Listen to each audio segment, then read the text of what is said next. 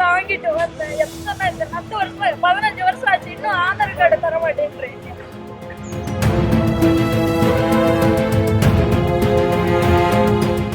முகாசி புதூர்லேருந்து வந்திருக்கேன். எனக்கு 3 பொம்பளை பிள்ளைங்க சார். பாப்பா உங்களுக்கு ஆதார் கார்டுக்காக வந்திருக்கேன். பலமுறை ஆதார் கார்டு எடுத்து என் பொண்ணுக்கு வரலைங்க சார். நானும் 5 வருஷமாக ட்ரை பண்ணிகிட்டு இருக்கிறேன்.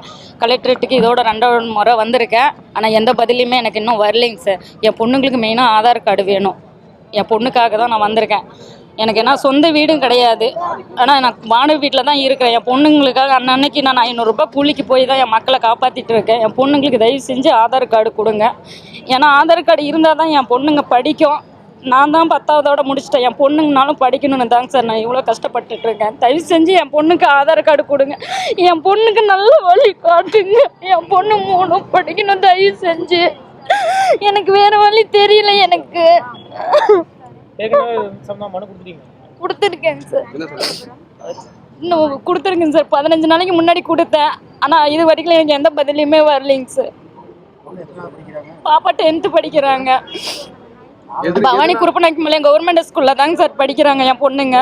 ஆனால் ரத்த குழந்தைங்க மேட்ச் ஒரே மாதிரியே இருக்குது ஃபேஸு அப்படின்ற மாதிரி சொல்கிறாங்க சார். ஆனால் ரேகை வச்சா ரேகை விழவும் மாட்டேன்றாங்க. நானும் பர்த் சர்டிஃபிகேட்டு எல்லாமே வச்சுருக்கேன். ரேஷன் அரிசி கூட என்னால் வாங்க திங்க முடியலைங்க சார். குழந்தைங்கள என்னால் காப்பாற்ற முடியல.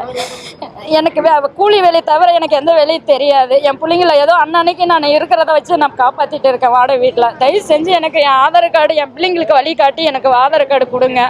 பிளே ஸ்டோர் மற்றும் ஆப் ஸ்டோரில் இருந்து பாலிமர் செயலியை QR கோடு மூலம் பதிவிறக்கம் செய்யுங்கள். செய்திகளை உடனுக்குடன் பெறுங்கள்.